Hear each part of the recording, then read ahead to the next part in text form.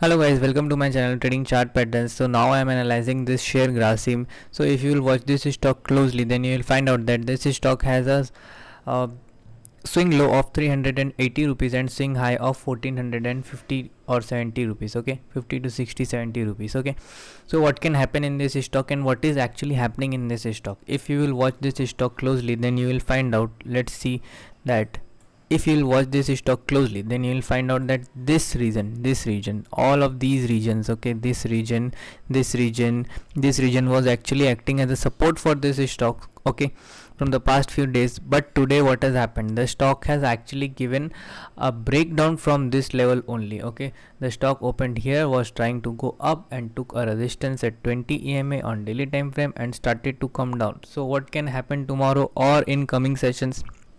See, if the Grasim share falls from this level, okay, from this level, then it can actually fall till the level of what level?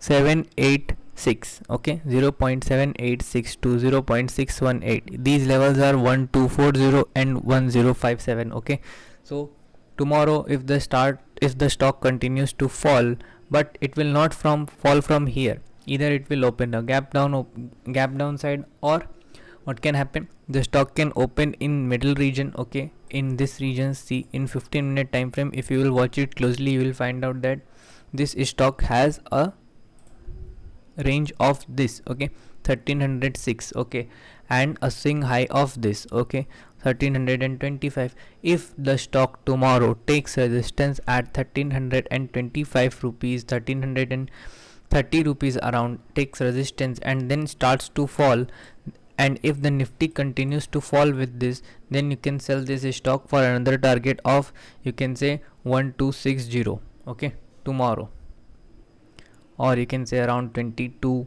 of April. Okay, so thank you for watching. Do like, share and subscribe, and if you want to join my course, you can check the link in the description box. Thank you.